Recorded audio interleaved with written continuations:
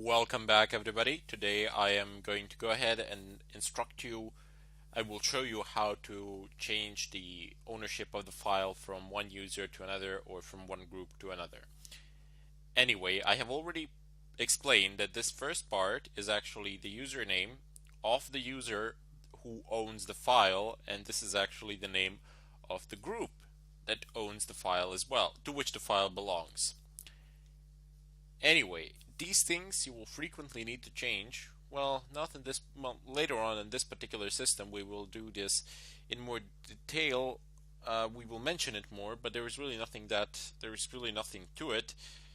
We will mention it when we get into user creation and user management. But for the time being, I mean, the principle will remain the same. There is nothing fundamentally different that I will do with this particular command.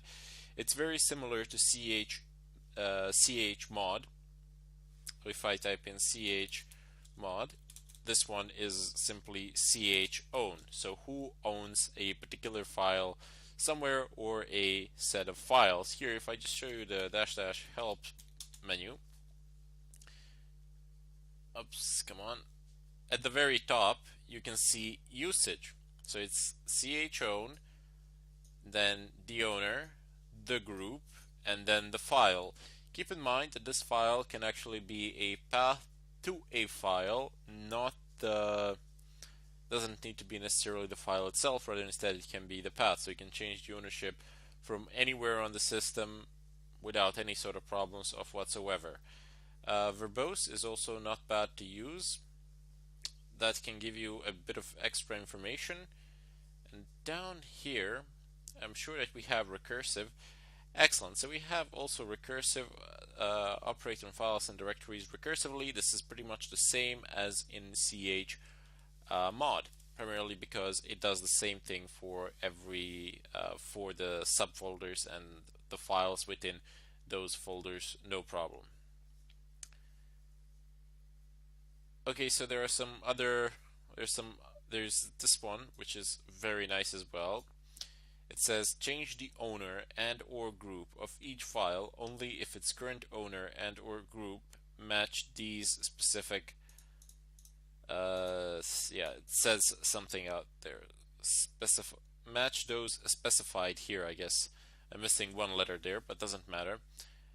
Either may be omitted, in which case a match is not required for the omitted attribute. So this is very nice if you want to like do changes on particular things and leave other things untouched. But generally what you will be using is a very simple version of the command. One of the most used arguments here will of course be verbose and recursive.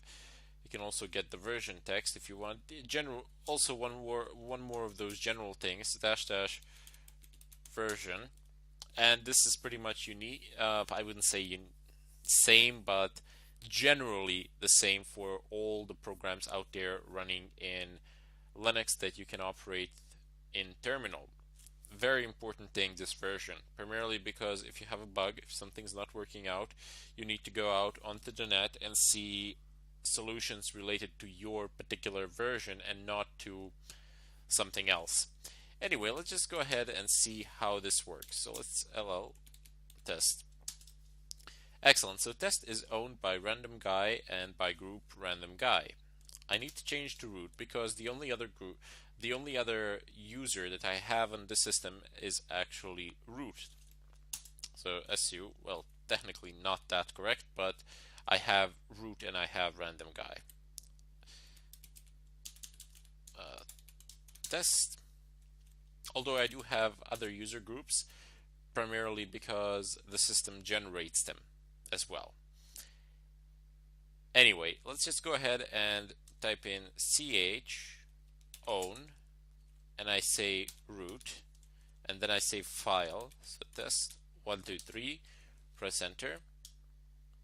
If I type in ll test 1, 2, 3, there we go. You can see that no longer is the random guy the owner of this file. Rather instead, now root is the owner of this file. But wait, we still have the group.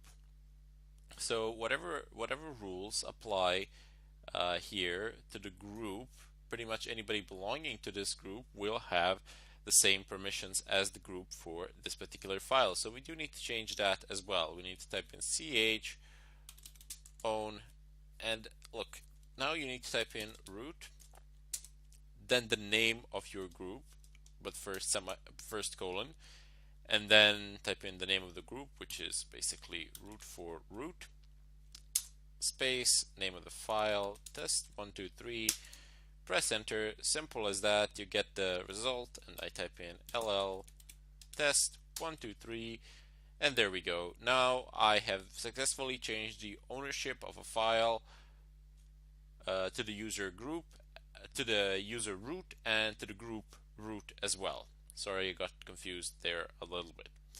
Anyway, this functions in the same way that the chmod does, so you can just pass in the arguments here, r, or I don't know, I've already showed you the r, let's try with the verbose thing. Excellent, so nothing has changed. It says ownership of test123 retained as root. Okay, let's play around with it. Let's see what's gonna say next. But first, let's just clear the screen a little bit. Okay, so ch own. Now I shall show you something. So, never mind. Actually, we could do it like this, and then we're gonna do the ch own thing. Excellent. So here we go.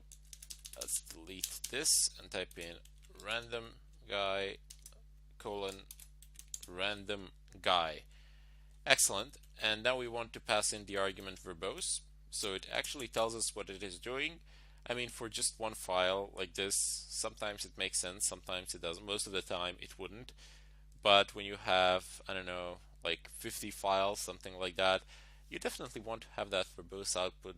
I mean, you're not going to skim through every single one of those lines, but you know, they're going to keep popping. They're going to keep popping in your terminal, and you're going to be looking at them, and they'll generally be exactly the same lines. If there's an anomaly somewhere, I mean, 90% of the time, there is some sort of a problem there. So let's say that I press this. It says change the ownership of test123 from root user to and root group to random guy and random guy. Very simple. And if I type in ll test123, press enter. Once again, you can see that we have managed to successfully change from root to random guy. You can have pretty much as many groups or as many users as you wish, as many as your system can physically support. And these sort of information can be seen in a file. So how many users you have, which users you have, how are they configured, how many groups do you have, etc. But those things are found in Etsy, in PassWD and Etsy Shadow. We're not going to do that for the time being. If I show you the files, they would mainly serve the purpose of confusion because there is a lot of stuff there aside from the usernames. But I don't want you to worry about it. We will deal with it in due time. For the time being, I just want you to know that there is a file that lists all the users, and there is another one which lists all the groups without any problems of whatsoever. Anyway, I would like to bid you all farewell, and I sincerely hope that I shall see you in the follow-up tutorial.